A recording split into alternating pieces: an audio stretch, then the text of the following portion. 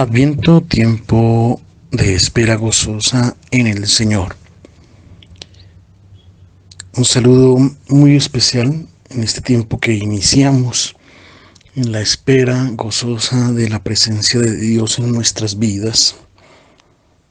El pasaje evangélico que escucharemos este domingo ha sido pronunciado por Jesús en el templo en la última semana de su vida.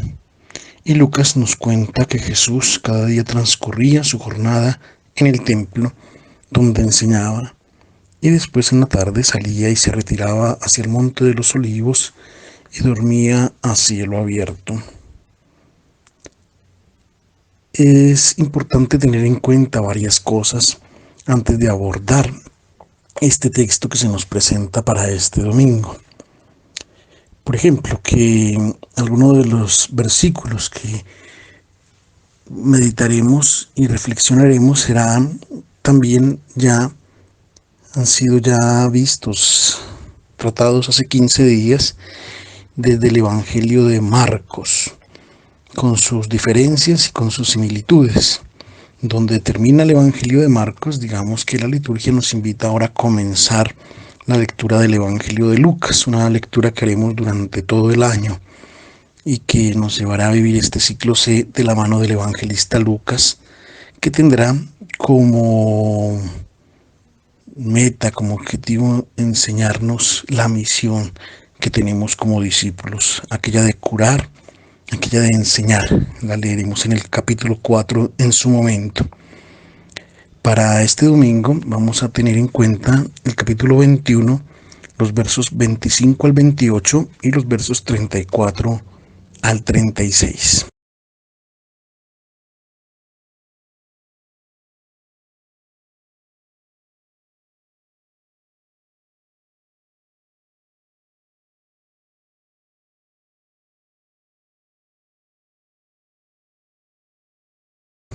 Volvamos entonces allí al templo donde está Jesús enseñando, donde Jesús realiza su misión, su tarea de enseñar. El templo, de hecho, era una de las maravillas del mundo, del antiguo Medio Oriente, una de las construcciones más famosas y más bella. Era la gloria de Israel, este templo. Un día, mientras se encontraba a Jesús en el atrio de las mujeres, como también lo leímos al final del Evangelio de Marcos en varios pasajes, alguno ha invitado a Jesús a contemplar esta maravilla y esperaban que Jesús seguramente estuviera de acuerdo en compartir la visión de gloria que tenía este templo, esta contemplación de esta maravilla de Herodes. Pero en cambio la respuesta de Jesús sorprendió a todos. De todo esto no quedará piedra sobre piedra. Para los judíos y para los discípulos, la destrucción del templo significaría el resquebrajamiento de toda su esperanza, de todas las certezas, de toda su fe religiosa, porque en el templo está la presencia del Señor. Aquel Señor, el Dios de Israel, invencible, que había derrotado al ejército egipcio. Por lo tanto, el templo no podía caer. Y esto hace que las afirmaciones de Jesús sean totalmente desconcertantes. Si no quedará piedra sobre piedra del templo, entonces, ¿qué será de nuestra esperanza? Y es de frente a este estupor que se ha suscitado en el corazón de los discípulos, que el Señor ha suscitado con sus palabras, es donde Jesús introduce un anuncio sorprendente. Hay un mundo que está por terminar y que debe terminar, pero es un motivo no de angustia, ni de tristeza, ni de desilusión, todo lo contrario. Hay motivo para alegrarnos, porque está por nacer un mundo como el que Dios ha querido, y así entonces entrará la nueva visión de mundo, la nueva forma de entender a Dios. Es una fuerza capaz de destruir y de eliminar el germen negativo de aquel mundo triste, lleno de injusticias, en el cual nosotros estábamos viviendo. Leamos entonces este anuncio. Vamos al capítulo 21 de Lucas, en los versos 25 y 26. Como liturgia, pues estamos preparándonos para la fiesta de la Navidad. Y pues todo debería hablarnos de gozo, de fiesta, de cantos, de luces. De hecho, la Navidad ha tomado matices que son a veces importantes, pero que terminan convirtiéndose en lo más importante, y no es así. Comidas, luces, bebidas pueden ser importantes, pero lo más importante es otro, el mensaje de paz y de amor que viene con el nacimiento del Salvador. Las palabras de Jesús que hemos acabado de leer parecen infundir miedo, entonces parecen poco adaptadas a este tiempo litúrgico que estamos por comenzar. Si nos atemorizan las palabras de Jesús, es porque todavía no hemos entendido el lenguaje que Jesús está empleando y lo que significa este tipo de literatura. Jesús ha introducido su mensaje con un lenguaje apocalíptico. Y apocalíptico no significa catastrófico, nunca. Esto es lo primero que hay que tener en cuenta. Lo hemos repetido y lo repetiremos siempre. Apocalíptico quiere decir develador, revelación. Hay algo que está por revelarse. Y aunque las imágenes sugieran catástrofes, apocalíptico significa quitar el velo. Hay un misterio, y sobre este misterio que existe en el mundo, siempre Dios quien nos revela algo diferente frente al misterio de dolor, del mal, del sufrimiento por el que nos ha llevado, caminos de injusticia, caminos de guerra, de hambres, de violencias, de miserias. Hay que revelar algo diferente, hay que quitar el velo y descubrir algo diferente. Y a veces surge entonces la pregunta: ¿Dios ha hecho las cosas bien? ¿Dios ha hecho bien este mundo? ¿Por qué esta situación misteriosa que nos pone de frente a estas preguntas? ¿Por qué la realidad del mal? ¿Por qué la realidad del sufrimiento? Porque aquí hay que entender que estas realidades no las ha creado Dios. Entonces surge otra pregunta: ¿durará por siempre esta realidad? Estas situaciones que son insoportables, que son intolerables. Y esta es la pregunta precisamente que se hacían en tiempo de Jesús y que también nos las hacemos nosotros hoy. ¿Este mundo durará siempre? Esta realidad que estamos viviendo, este sufrimiento, este dolor, si todos los años lo vivimos, si todos los años lo tenemos, ¿será que siempre ha de ser así? ¿O será que está destinado a desaparecer este mundo viejo, este mundo cargado de dolor y de sufrimiento, para dejar el puesto a un mundo completamente nuevo, el mundo que Dios ha querido desde la creación? Y es que el Señor Jesús nos propone una nueva forma de vida. Las palabras de Jesús quieren quitar este velo, y entonces emplea las imágenes apocalípticas que queremos ahora nosotros entender. Sobre todo habla de signos en el sol y en la luna y en las estrellas. Los pueblos del antiguo Medio Oriente contemplaban más que nosotros el firmamento y regulaban toda su vida observando el curso de los astros. Y la secuencia regulada de las estaciones también era un motivo por el cual ellos guiaban su existencia. Ellos más que nosotros elevaban los ojos al cielo. Valdría la pena aquí detenernos un momento, hacer un paréntesis para mirar hacia dónde dirigimos nosotros nuestra mirada. Ellos elevaban la mirada al cielo y nosotros la dirigimos hacia nuestros celulares, hacia nosotros mismos. Andamos un poco así como encorvados. nos miramos demasiado a nosotros mismos, ellos levantaban un poco más la mirada al cielo. Para ellos como para nosotros, si hubiera alguna cosa que consideraran estática o con movimientos regulares en el cielo, en los astros, eh, pues se dejaban guiar por esta apreciación. Eh, pero pues ninguno de nosotros, tanto ni ellos ni nosotros, pasa por la mente que el sol, por ejemplo, mañana deje de salir puntual a su hora y por donde debe salir. El Salmo 72 reza, por ejemplo, que tu reino dure como el sol, como la luna, por los siglos.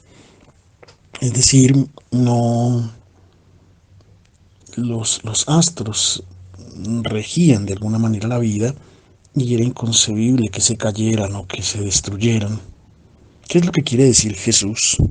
Entonces, cuando Él utiliza estas imágenes, imágenes que ya los profetas habían descrito como una forma muy eficaz de ser, el mundo del cual todos nosotros deseamos que se acabe, habían hablado ellos, un mundo de injusticias, de guerra y de violencia, de confrontaciones y en contra de los más débiles. Este mundo debe cambiar, debe caer y debe venir un nuevo mundo. El mundo regido por un orden social que es de alguna manera un desorden, debe cambiar. También nosotros hoy pensamos que este mundo así sea estable, inamovible. Este mundo de violencia, de guerra, de corrupción, de tantas cosas, a veces sentimos la frustración y seguramente hemos dicho o hemos escuchado decir, esto no cambiará, nunca cambia nada, todo es lo mismo, todo es igual. Son muy fuertes los poderes del mal. Pensemos, por ejemplo, en la economía, en el manejo que se hace, en la riqueza de unos pocos, también la técnica, la publicidad que vende mentiras engañosas por los medios todos los días, que de cualquier modo buscan comunicar engaños, situaciones que a veces quieren hacernos dar por vencidos, que nos llevan a decir que un mundo así continuará así y nunca cambiará. Aquí está la imagen de Jesús.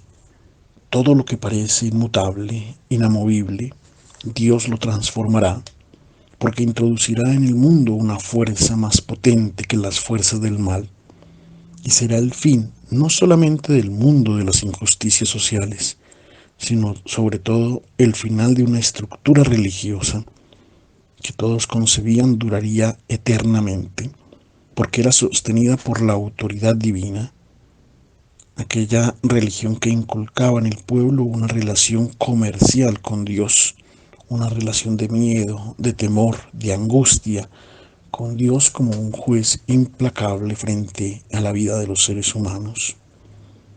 ¿Cuál era la religión de la época de Jesús? Aquella que Jesús considera debe condenarse. Él dice, esta religión, esta forma de encontrar y de conocer a Dios debe terminar. Los israelitas iban al templo, ofrecían sacrificios al Señor y daban ofrendas, y entonces y hacían oraciones, rezos, devociones, y esperaban entonces después sus favores. Observaban los preceptos y entonces así el Señor los bendecía a ellos y a su familia. La relación era una relación comercial con Dios. Y el rostro del Padre anunciado por Jesús y reproducido perfectamente en su mismo rostro no quiere absolutamente este tipo de relación. Jesús ha venido a hablarnos, a anunciarnos la gloria de un amor incondicionado de Dios. No quiere nada de nosotros. Nosotros debemos acoger simplemente los dones que Él nos ha dado. Y si los acogemos, nosotros somos felices. Y Él la única cosa que quiere en nuestra vida, en nuestra propia gloria, en nuestro gozo, Él lo único que quiere es la felicidad del ser humano. La alegría del Padre es la alegría del Hijo.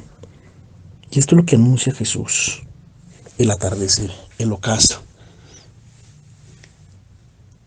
la caída de un Dios vengador, de un Dios juez implacable, la caída, el ocaso de un Dios que exige obediencia, que no excusa cuando alguien transgrede sus órdenes y que por el contrario desencadena castigos. Un Dios basado en el infierno, en la condenación, en situaciones como estas. Jesús, con esta imagen de la caída del mundo antiguo, dice: ha entrado al mundo una fuerza nueva que en su espíritu, el espíritu del amor, vence a la fuerza negativa, a la fuerza del odio, del egoísmo. El mundo nuevo no será más regulado por estas fuerzas que han dominado hasta su llegada. Después de estos signos del cielo, suceden los signos sobre la tierra, siempre con las mismas imágenes o con imágenes apocalípticas. Sobre la tierra habrá angustia de los pueblos, desconcierto por el estruendo del mar y el oleaje. Tampoco es para angustiarnos, para sembrar miedo o terror en el corazón. Es un anuncio de grande gloria, porque el mar era símbolo de las fuerzas negativas. En él estaban los monstruos marinos que luchaban contra la vida, contra el proyecto de amor de Dios. La tradición de la Sagrada Escritura, el mar tiene una connotación negativa, es el lugar de los monstruos marinos, aquellos que destruyen al hombre, que destruyen la vida. Y este mar, pues, al encontrarse este mundo del mal, este reino del mal, al encontrarse con el reino propuesto por Jesús, entonces se agita. En este conflicto entre las fuerzas del bien y del mal se generan angustias y miedos, incluso para los justos, incluso para aquellos que siguen al Señor, porque dicen los hombres morirán de miedo, porque no sabrán entender lo que está por suceder sobre la tierra. También nosotros nos dejamos llenar de miedos, porque reconocemos que hay un conflicto fuertísimo entre las fuerzas del mundo viejo, que las conocemos muy bien, y aquella fuerza nueva que es el Espíritu, que actúa en aquellos que acogen la propuesta de un mundo y de un hombre nuevo, al cual Jesús ha dado ya inicio. Y aunque haya miedo entre nosotros, quien vencerá será el mundo nuevo. Aunque perdamos muchas veces la esperanza, Jesús quiere darnos con esta imagen el anuncio de las fuerzas del bien que vencerán. Quiere evitar el peligro que vemos muy actualmente entre nosotros, concreto inclusive de aquellos que incluso han profesado la fe en Dios, en el mundo y en el hombre nuevo, y que pierden la esperanza y dejan de luchar. Tenemos, por ejemplo, frente a la pandemia vivida, frente a las realidades de falta de dinero, frente a las situaciones complejas, muchos jóvenes que pierden la esperanza, muchos hombres y mujeres que antes se decían de Dios, ahora ya se han alejado del amor de Dios. No, hemos pasado de un mundo deshumano a un mundo realmente humano. Y este es el paso que genera la gran confrontación en el corazón del ser humano. Y este paso ya lo había anunciado el profeta Daniel también. Recordemos cómo lo hemos meditado y profundizado durante estos últimos días y también durante los últimos domingos. A este profeta Jesús remite con una de sus profecías.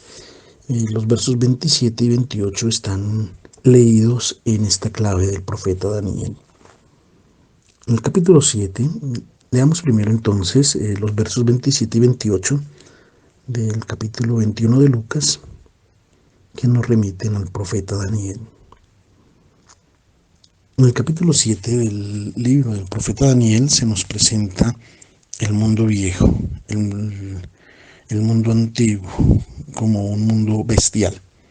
De hecho, las imágenes que ya hemos tratado antes en otras reflexiones dan la secuencia de reinos bestiales, imperios, el león, el oso, el leopardo, Alejandro Magno, todos estos imperios bestiales.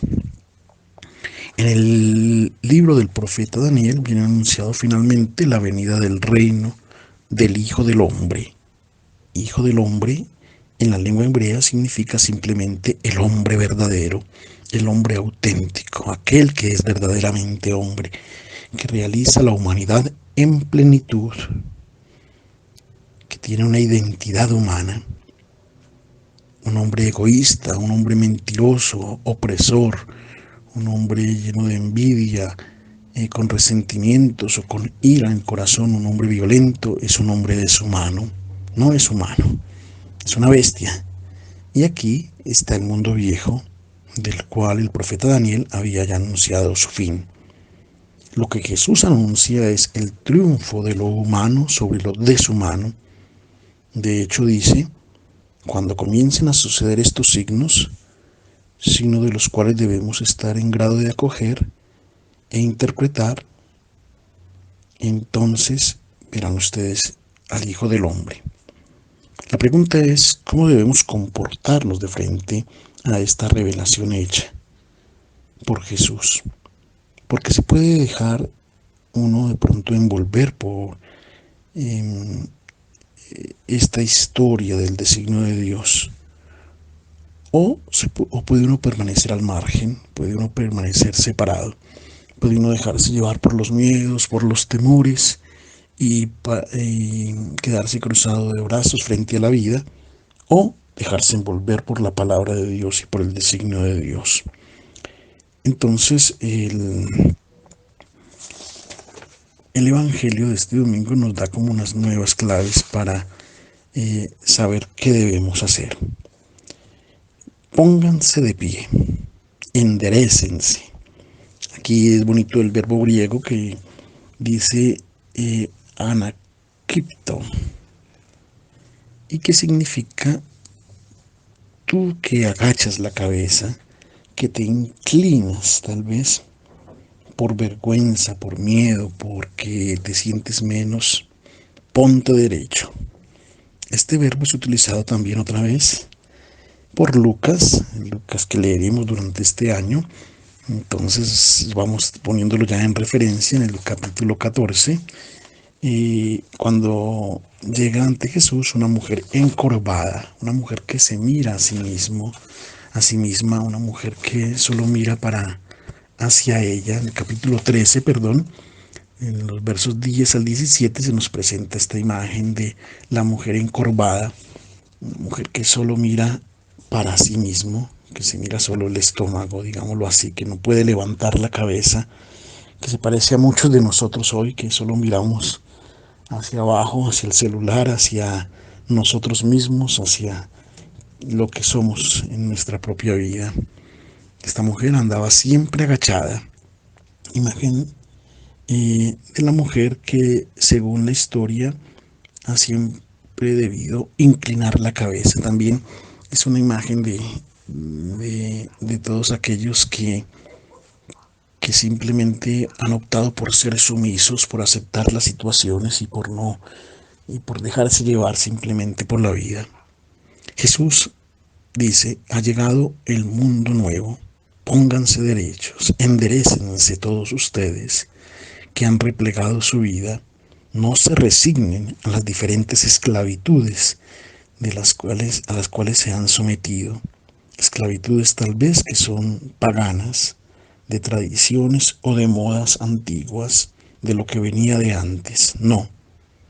Si son esclavos de estas cosas, enderécense y no se resignen a inclinar la cabeza a causa de su propia historia dolorosa, tal vez construida de pecados también, de fragilidad, de errores que hayamos cometido. No nos resignemos, enderecémonos, porque Dios nos ama así como somos. Segunda cosa que debemos hacer, alzar la cabeza, mirar hacia arriba. Pensemos en el sentido de nuestra existencia, hacia dónde vamos, cuál es la razón de ser de nuestra vida. No repleguemos la cabeza sobre las realidades materiales, que si bien son importantes, no son absolutas.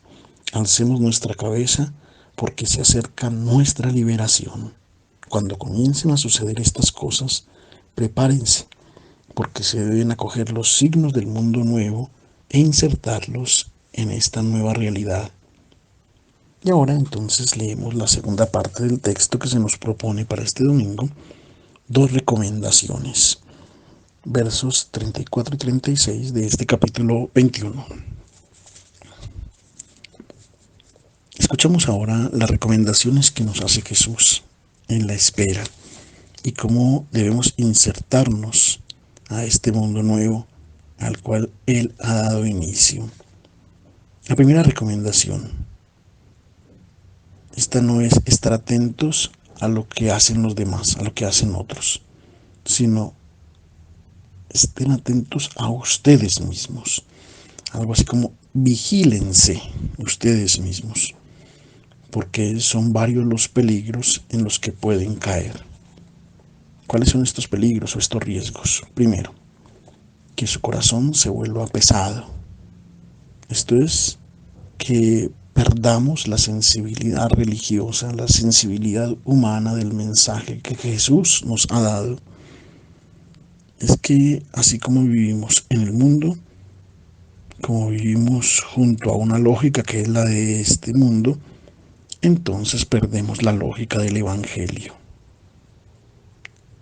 También nosotros podemos ser un poco introducidos a pensar y a actuar como lo hacen todos. Esto lo hace todo el mundo, así vive todo el mundo, es la preocupación de todo el mundo. Jesús nos dice, cuídense, vigílense a ustedes mismos.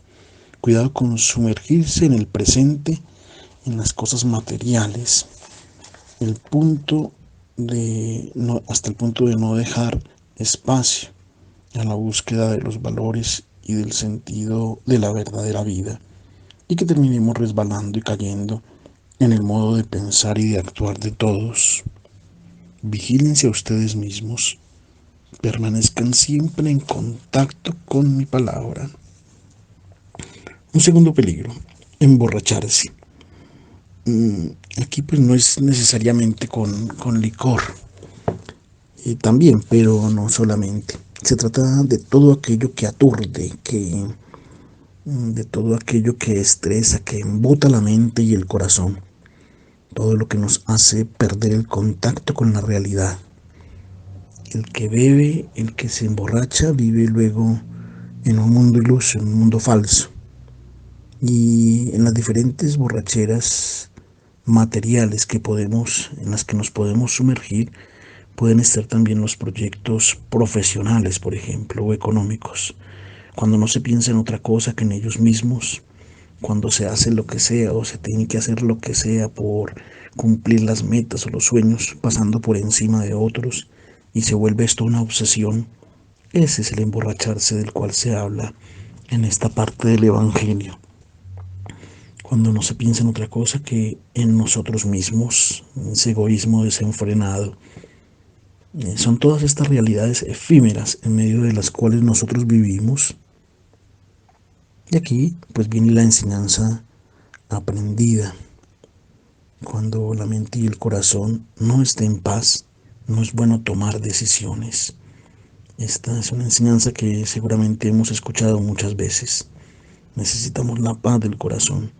Cuando hay también ese desborde ese embriagarnos de tantas cosas y no tenemos paz en el corazón, seguramente al tomar decisiones podremos equivocarnos. Pensemos un poco en qué cosas nos emborrachan hoy. No solamente hablemos de las cosas del licor.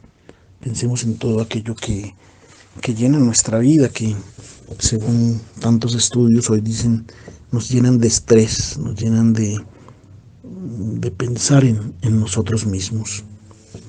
Tercero, los afanes de la vida.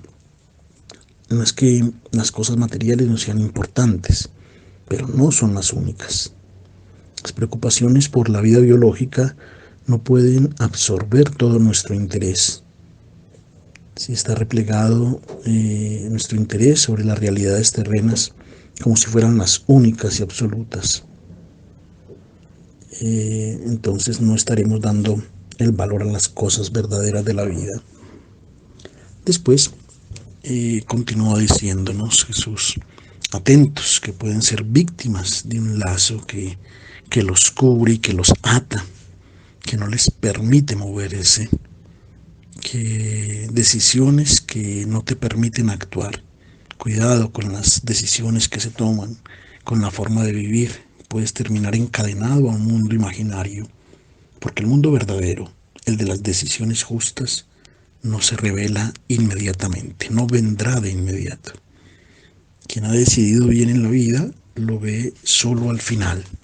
Y esta es una invitación a la sabiduría de Dios, a saber leer el sentido de la historia, a entender cuál es la dirección que se debe tomar hoy en la vida.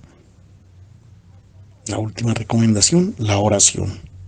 Oración que significa permanecer constantemente en contacto, en diálogo con el Señor, de modo que se tomen las decisiones según aquello que Él nos sugiere. Y concluye Jesús diciendo: cuando el Señor viene a entrar, viene a nuestra vida con su palabra y con su luz, quiere encontrarnos de pie delante al Hijo del Hombre, que es la propuesta que Él hace para nosotros. Y nosotros, de hecho, el Evangelio lo escuchamos de pie, porque estamos listos para acoger su propuesta y a seguirla. Estamos en la espera de la venida del Señor y nos preparamos para acogerlo de pie, listos para seguir aquello que Él nos dice, porque ahora ha llegado a ser con Él, hemos llegado nosotros a ser con Él constructores de un mundo nuevo, constructores de un hombre nuevo.